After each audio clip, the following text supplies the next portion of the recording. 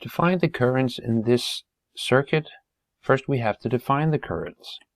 It doesn't matter which direction we define the currents. I'll name this one I1, this one I2, and this one I3. Notice that this definition does not comply with the book's definition, but that doesn't matter. So now I can state the Kirchhoff current law for this node here, and summing up the currents using signs, I get I1 minus I2, because I2 is leaving the node, minus I3, I3 is leaving the node also, is equal to 0.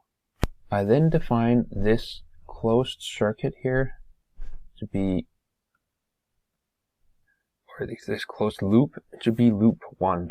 So I mean this loop going around in this closed loop here, and I use the Kirchhoff Voltage Law, and I add up all the voltage drops starting from here.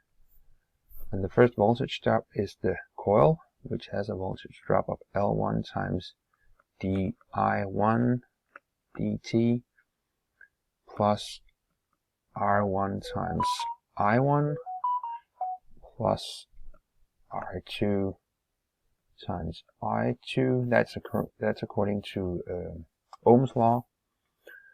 And then I'm here, and then I'm going back through the battery here, the voltage source, which has a negative voltage drop. The voltage is actually increasing across the voltage source, and that sum should equal 0 according to Kirchhoff's voltage law. I then define a second closed loop here, and I can state the voltage law again for that loop. And let me start here, and I'll move through the coil as the first component, L2 di3 dt, and then I'm going opposite direction of the definition of I2, so I get a minus R2 I2, and then I'm back where I started, so that should equal 0. So summing up, I have one algebraic equation and two differential equations. So I'm going to use these two differential equations, set them up as a system of coupled differential equations, and then I'm going to use this algebraic equation to get an expression for I2. You can immediately tell that I2 is equal to I1 minus I3.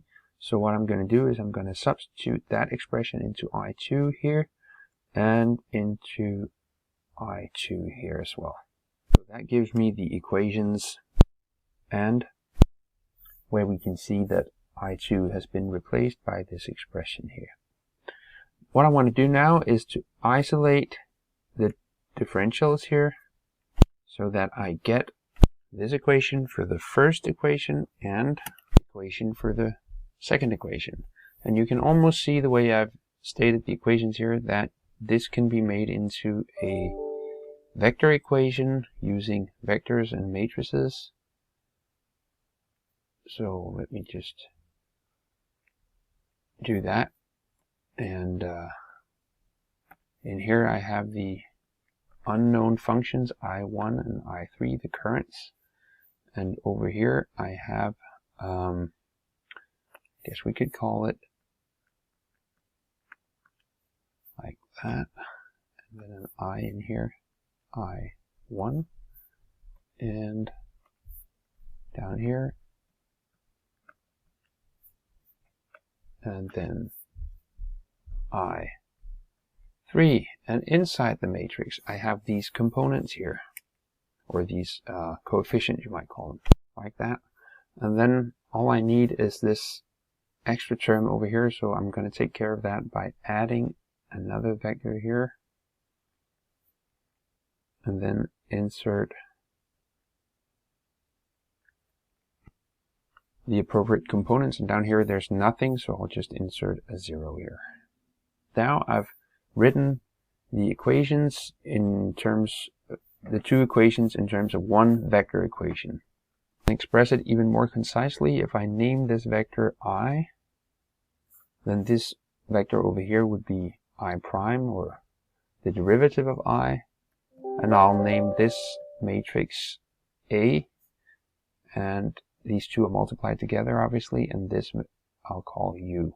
So now we've constructed a vector equation, and we can bring it to standard form by pulling everything that involves I and its derivatives to the left hand side and leaving the rest on the right hand side. So we can tell it's an homogeneous equation, and it's also linear.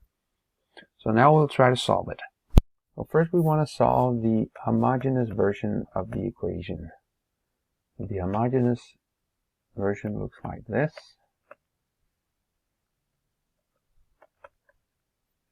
And we know from theory that the solution to this, and I'll call that solution I hom, is equal to an arbitrary constant times an eigenvector of A multiplied by the corresponding eigenvalue in the exponential here, plus C2 times the second eigenvector times e to the power of the second eigenvalue times t. And it happens to be so that this eigenvalue is minus 10, this eigenvalue here is minus 2.5, this eigenvector here is minus 0.71, 0.71, and this eigenvector here is minus 0.45, and minus 0.89. We can check that for the matrix A if you insert the values on the parameters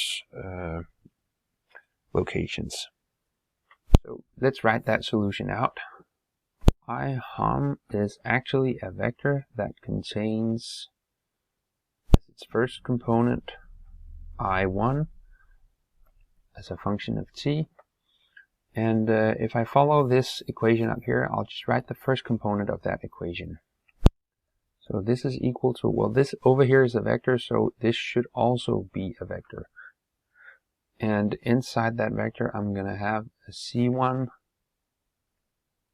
times minus 0.71, because that's the first component of the eigenvector, times e to the power of minus 10t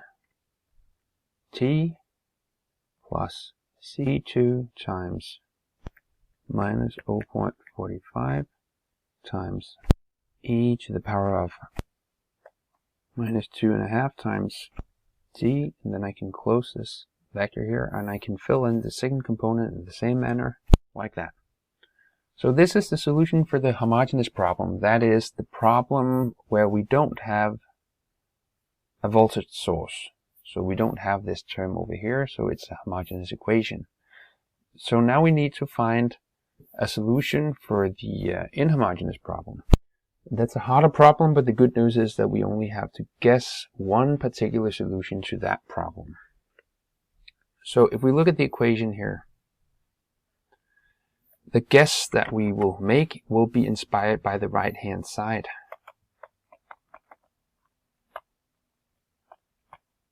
Which in our case here, it's a constant, right? It looks like this, Vs divided by L1, 0. So our guess will be, I'll call it I guess. That's going to be a constant vector. I'll call it A.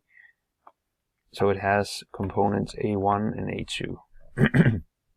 So what we'll do is that we'll insert our guess into the inhomogeneous equation. So here we have it, and we'll insert it. And what happens when I differentiate my guess, which is a constant vector, is that I get the 0 vector. And then what I have left is A times I guess is equal to U.